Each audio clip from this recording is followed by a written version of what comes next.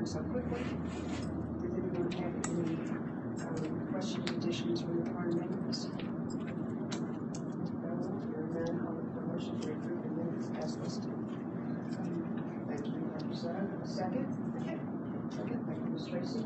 All in favor, say aye. Aye. Any opposed?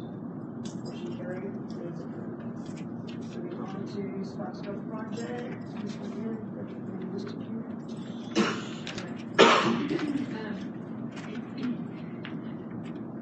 Actually, just probably the only thing I'd really like to share tonight or say is, I know you all had some great questions and you submitted those to either Codell or to RBS. And listened, obviously, Thursday night, as you all did, to things that Joe Mann said, to what Neil said, what Craig said from RBS, and obviously disappointed that we came in over our mark. But I do believe what we asked RBS to do and what we as a board and school district asked Codell to do, they have done for us, meaning they put together a school that we asked for, a value that has energy efficiency in it, which is important to us and to our kids. We like the learning environment that we've created at Spotsville through the design process, and also what we need in Henderson County schools. It is a good value. Bonding capacity is available. We're in a situation to move forward with a brand new school, which will significantly enhance our learning environment for Spotsville students. And after better understanding, you all giving us some information about the bid packets and how there can be combos and how it falls out and what it looks like lined up with PG3. I do feel confident to recommend to you all as a board to accept the bids as they've been given to us, and ask Codell as our construction manager to look at the value engineering way of what we can go back with the contractors we have below bids and see what we can work with them after we accept the bids. So that would be my recommendation to the board this evening. Thank you all for your work. Thank the board for their patience and for their thoughtful questions. So I'll leave it in your hands. I'm just going to go to the board members and see if they have any questions. Ms. Jennifer, do you have anything? Mr. Brad? Not a question, just would like to note that I would like to see us approve everything except for the roof and see the roof bid out again to receive more than one bid. Other than that, I'm okay with everything. Ms. Tracy? Okay. Dr. Sutton? I thought Ms. Baird asked some great questions through email. I thought that was very helpful. And a comment, just this was the very first time I've been through this process as a sitting voting board member. So I definitely wanted to take it very seriously and take time to look through it and understand it. I've looked through it since Monday night. I didn't really have any different questions that came up. But the one comment I will make, and I do agree, you all have done a great job, and especially on the CTE project, we're very, very pleased with the way that came in. I went back to my notes and I could not find what Craig told us. He gave us a percentage, and I thought it was 5%. He said, if you're doing a construction project and at the very end you come in 5% over your projected cost, that's a really, really good project.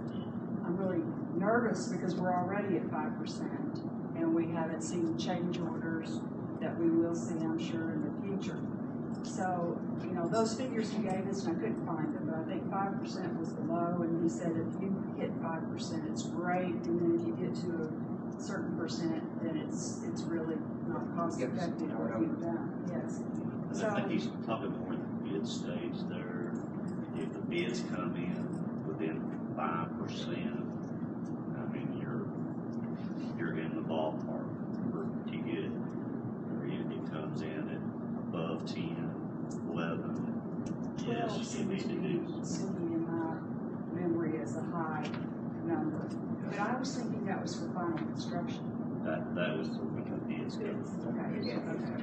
He shared with me today, Tucson, in one of our conversations, that if it hits that mark all the time, the architect will have to go back at their cost, at the architect's cost to make the change. But anything under that, if there's changes made, then the board is. And I think that if it reaches past a certain percentage, though, KDE asks you to go back and rebid it as well, but we're not anywhere close to that.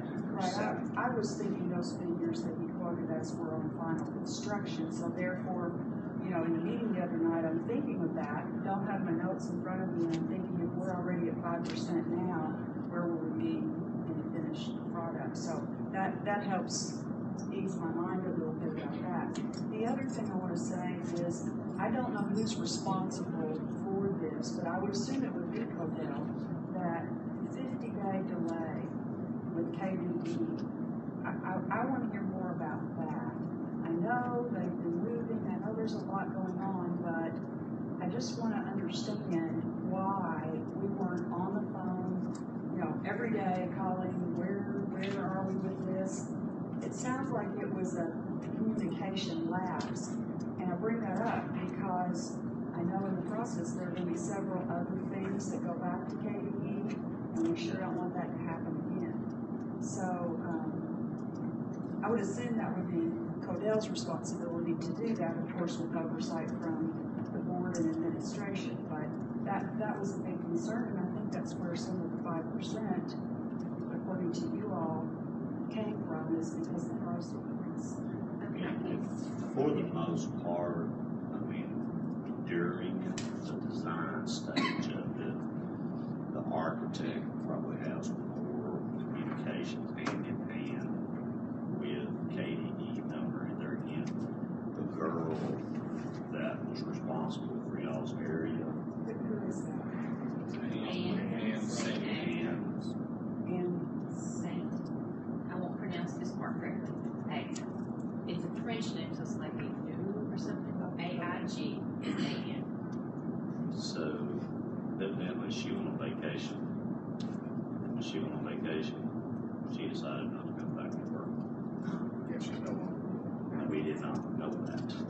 We assumed she was still looking and reviewing the plans. And then during this time, that they did a office transfer and stuff up there, and with the person over this district, and, it would have been nice if maybe KDE would have told us that, hey, And I can share that I know that Craig did make contact with Greg Dunbar, who is over the whole facility division on different occasions to move the process along, because he would call and let us know. And then we received an email, I'm going to say end of July, we'll go back and look, that told us that now we're assigning James Bowden. And it's that's Bowden, B-A-U-M-A-N, Bowden. And then Steve and I made an appointment to go up and talk with him. And we thought, you know, Craig's not getting progress or steam, you know, as we're going along to move the project with the change. And so we decided to go up there. But I would actually venture to say that Craig could probably share even a couple times that he made direct contact with them. Will it with Craig? Or his, because when we arrived, they they knew more even while we Going forward, definitely, I don't think everybody else will be able to, because they have to review the contracts and that takes time. it pretty much, He owned it. And he said if it was in the share box, I picked her work up, what she had before, that is in the share, that Dropbox. But yes, RBS did work on trying to get I will also share with you, Dr. Sutton, I plan to do this with me personally as a board member, not as a board chair. If you will feel like you want me to tag your names onto it, I will. I shared with Morgana today that I was equally upset with KDE over the situation, and it is not just this situation. I've been on this board 8 years. They have this department, whether Mr. Dunbar was in charge, whoever was in charge. This has been an over and over and over situation in Henderson County. I don't know about the other counties, but even when I was on the archery board, this happened a lot. They lost things, they put stuff behind, and it just continued over 8 years. And we don't have any more extra time to be wasted on this particular project. So my intention is to send them an email and not get us anywhere, but they will at least know how I personally feel about it. I'll be more than happy to copy you all when I send it. This is something me personally as a board member was upset about. I'm not taking a stance as board chair because then I'm not speaking for all of you. But me personally, after 8 years, I've about seen enough. Well, I'm glad you shared that. That had gone through my mind as well. And That's scary. I would be happy to tag on that with you, but I think it should be in the form of a formal letter. And I would hope our whole board would support that. 100%. We're more than happy to draft it, and you all can put in your pieces to it. But if nothing else, they know that the rest of this project is very important to us, and they don't need to lose the next piece of paperwork. And The change in leadership in that department is, I think, part of the problem. There was a lot of history, and then they've had to change the leadership over for 10 years. When they let Mr. Biles go, it went. And correct me if I'm wrong, but the other night I heard you say that is part of, or could be a real contributing factor as to the increase that we see. that's exactly what I heard. Yes, I did too. Correct. The timing, because as I mentioned, Exactly. we had several interested contractors that put plans. They submitted questions, they were at the pre-bid, they were very active. As it ended up, during this time, calling, trying to fill out that bid tab, making sure we could move ours. I was getting the cold feet, from someone like, actually, I don't think we did it now. We have, awarded 2 or 3 other contracts. So we'll fill our plate, fill. I mean, we had that in several packages. That could have been some cheaper numbers. Correct. I mean, the more, competition, because there again, they took the time, they had the interest in it, to go through the plans well enough to submit questions to us in writing, and we addressed them back. Well, and in a conversation with Billy also too, he reminded me, and I remember that later, that you start getting into these gentlemen, some of these contractors thought they were going to be working on a project in nice weather, as in now. And you start getting into their piece of the project is now going to be in the dead of winter, cold, ice, snow, gotta have heaters, gotta have extra people. Your cost goes up when you're working on things in the winter versus working on it in nice weather. I don't know how much. There are going to be added costs. The mason and concrete package, it affects it tremendously. Yes, I understand. Because in our front end documents, we're not going to take off 2 months of winter to go to code. We put in there that they have to provide temporary wrap protection and heat to protect masonry. Well, that's at an expense.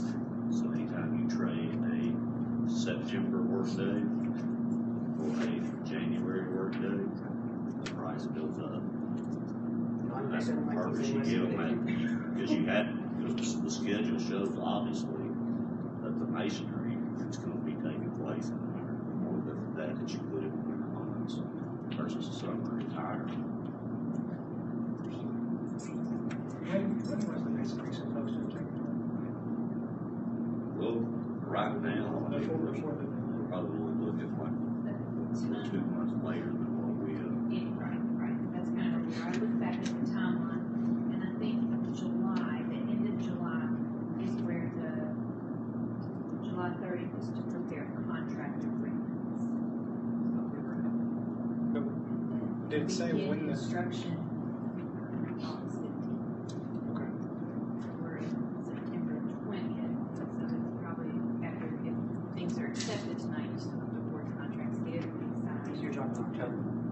that. Y'all been through that process on CTE. It takes a little bit, but if y'all free, the bid packages or bid packages, John A. and I will immediately get out the information to them and we gather the direct pay purchase order information from all of our vendors, because all of them, we want more of those, more of those that we get, the better we are, because you're saving 6% sales tax on everything, we know that y'all do the direct pay purchase order.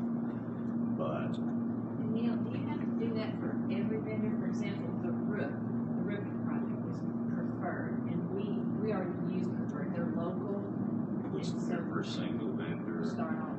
and Okay. every Just purchase wondering, I order, thought we would yes, it does, because it has to be signed have- Sure, You know, I just wondered. by them, by y'all, all this information, that's deducted off their contract value. And then once we repair all this, and it's like pulling Ken's teeth, getting it from these contractors a lot of times. A lot of them are pretty good, but still, some people that are the best do some of the most quality construction work, and sometimes they still struggle with paperwork. You know, John Hagan's very capable of it. KDE's changed their entire, Yes. contracts, one proposal in the last 12 months, so it's, a lot of them's first time, we usually do documents. So just tentatively, if we tried to talk about a construction start date now, based on accepting the bids tonight, what are you thinking, like at least another month or longer? Probably Or, It's probably not, because once, like I said, John Hagan and I gathered that information and sent it to y'all have to sign these direct pay purchase orders off from Bank Fidel, and we send it to KDE. KDE has to approve it. Once they approve it, that's what allows Joe Nance to do the bond sale. And the bond sale date that he sets every time is typically pretty tight on those. It's always to the wire, everything to KDE. Give me time to do it. For instance, say contracts are awarded tonight, tomorrow we will send a notice of award to each contractor saying, here's your information, here's your contract info to us, you know, here's what we need, blah, blah, blah. It'll probably take them 10 days to get that to us, probably another 2 weeks, and KDE will review the contracts. We'd set a pre-construction meeting in that meantime. But I would say a month at the earliest to show them. And that's kind of how it's estimated. that sounds like, yeah. It was 2 months away from the accepting the bid date, then that's when construction starts. So, end of October is gonna be good, if we can get that date started. So how has that impacted our completion, estimated completion? On these bid approval, they're giving the duration, construction days are listed in that schedule that's in their front-end documents. Once we know that notice of award date, that we can issue them, and that contract date, and that duration, you know, we'll update that schedule, because once we get change that date, it rolls. I guess what I'm asking is, if we were to estimate when it's gonna be completed, what month are we looking at? What we were hoping for to do the December movie, but with this, 3 months. it rained in all. So we're looking at the new school year?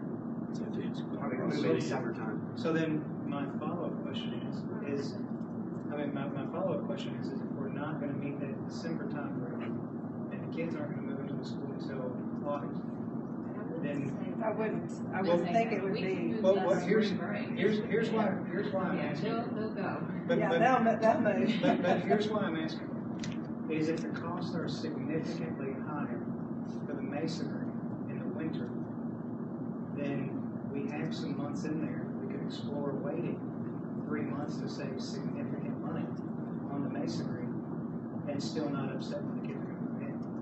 Is that a true statement based on what you said earlier? It's a gamble. I don't know. Okay. It's a gamble because there's all kinds of things that can come up, just like when we were building this building. You run into things that you find that everything has to kind of a screeching halt till you get that one thing fixed, and that can send you back a week and a half, 2 weeks. Stuff that they can't know in advance. They've done all their due diligence, but that does happen, and then it pushes dates back. So I understand the weeks part, Right. Okay, but if the original date was December, and now we're missing it by 2 months, so that would be February. If we resigned ourselves to letting the kids start in August, I would like to know how much the significant part means, because you used that word earlier. If that is significant in your example meant $500,000 to $1 million, then it may be something that we might want to consider. Seriously, that'd be too much for us to try to do, because to go back and do that, pretty much would be in a stage. And you know, the project, the whole substantial completion of the project cannot be done until springtime anyway, because we move over into the new facility, then we start the demo of your existing facility, and all the associated site work goes with it. Around that, we can't finish all of that because we cannot get asphalt until around April 15th or so of that year. You know, if y'all move in, we can't finish the demo of the site work anyway until the asphalt. You can move in, but you won't have a driveway. Look like what the driveway does now. You know, and that's the driveway. I mean, you know, we've had struggles the whole time. Thank gosh, goodness, everything is working over there. Beth is tickled to death with how the bus traffic flow and stuff is going. So, it's still that's gonna be a.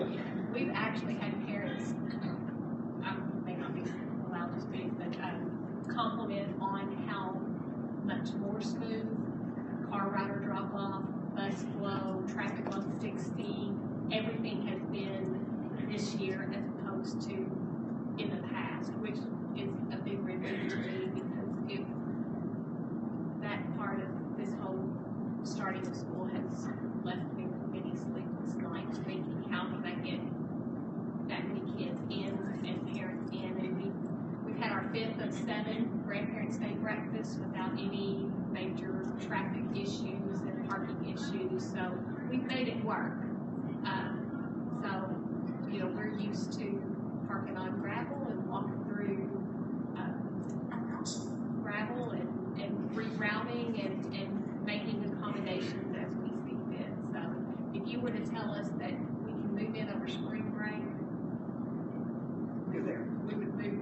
We may be able to pull it off in a weekend if that were the, I'm pretty sure we could pull it off in a weekend if, I don't, I kind of like, I've asked all my questions of them. You've all seen the emails that I've sent to them, and they've answered me. Some of the things I was hoping you could do, but legally you can't do it. I highlighted a few things that the site work, the steel, the roof, and the electrical. If you all can make some dents in those, I think we can knock some of this back down. And some of the rest of these packages, you know, it's hard to knock big percentages off of something that's $40,000, but when you're talking 1.2 billion, you could shave some numbers off of those. I think that's my goal. I like Ms. Marina and said I was Mr. Austin, who I trust on the buildings, did a lot we in the past. And I think we have a good solid plan. I think we've gone over the details as much as we possibly can.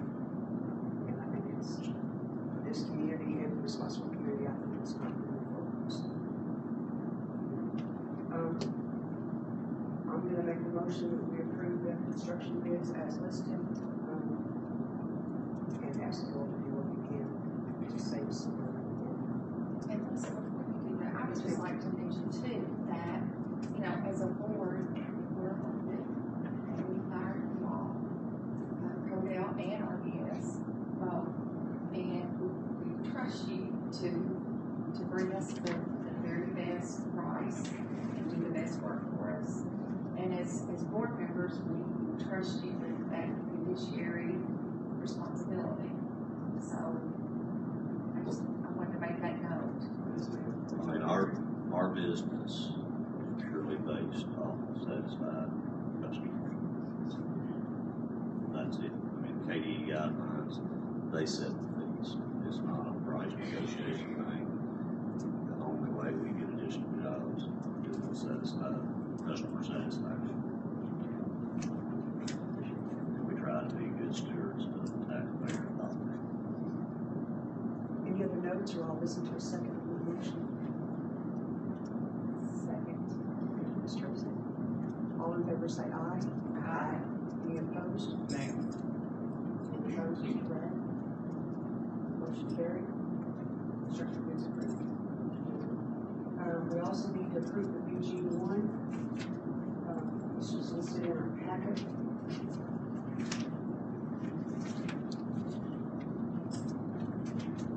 For the bid packages and the total amount of $18,077,384. I'll also make a motion to approve the BG one as listed. Are there any questions about that? This is just the official paperwork to use. Second. Ms. Tracy? All in favor say aye. Aye. Any opposed? Nay. Mr. Grant? Motion carried. G1 approved.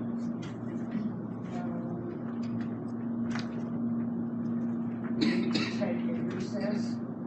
Sorry, we gotta read that resolution first. The city clerk's here. I'll read the resolution for Joe Lee Street. As for your approval, resolution of the Board of Education of the Henderson County School District confirming the acceptance of an offer of assistance from the Kentucky School Facilities Construction Commission, authorizing and approving the execution of a participation agreement with said commission, authorizing and approving the execution of a contract, lease and option with the Henderson County School District Finance Corporation, and any further necessary instruments, approving certain architect's plans for the construction of a certain school building project, and approving the plan of financing cost of said project. We need a motion to approve the resolution as listed by the city clerk. So moved. Thank you. And a second? Second. Thank you, Mr. Brown. All in favor say aye. Aye. Any opposed? Motion carried, resolution enacted. Now we need a recess to go into, Henderson County School District's Finance Corporation. We need a motion to go into recess for the school. Thank you, so I'm going to second that. All in favor say aye. Aye. Any opposed? Motion carried.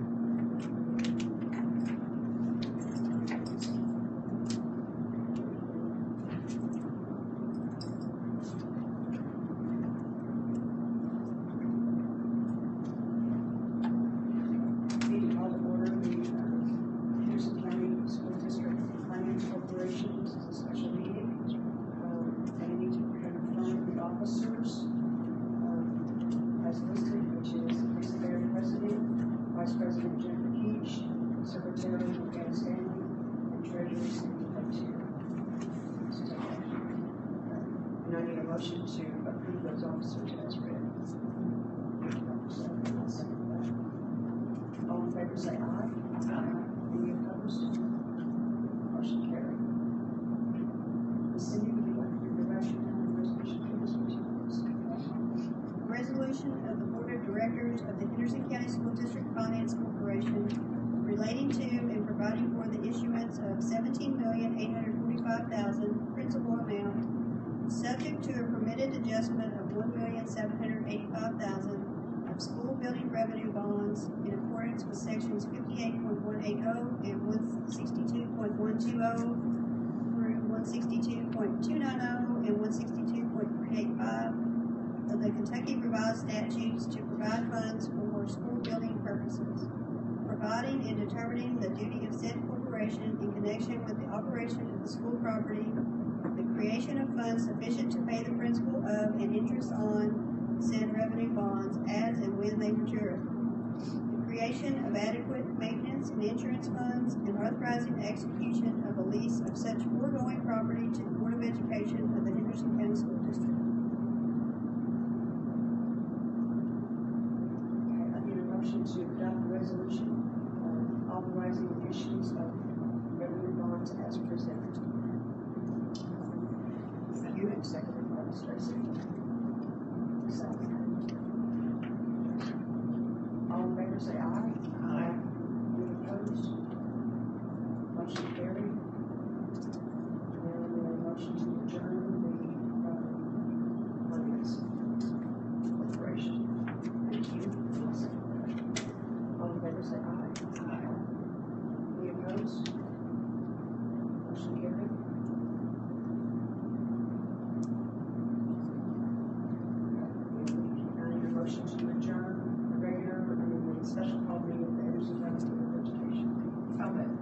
Thank you, Ms. Tracy. Do I hear a second? Second, Mr. Brown. All in favor, say aye. Aye. Any opposed? Motion carried unanimously. Thank you all for taking the extra time to read through all of this and to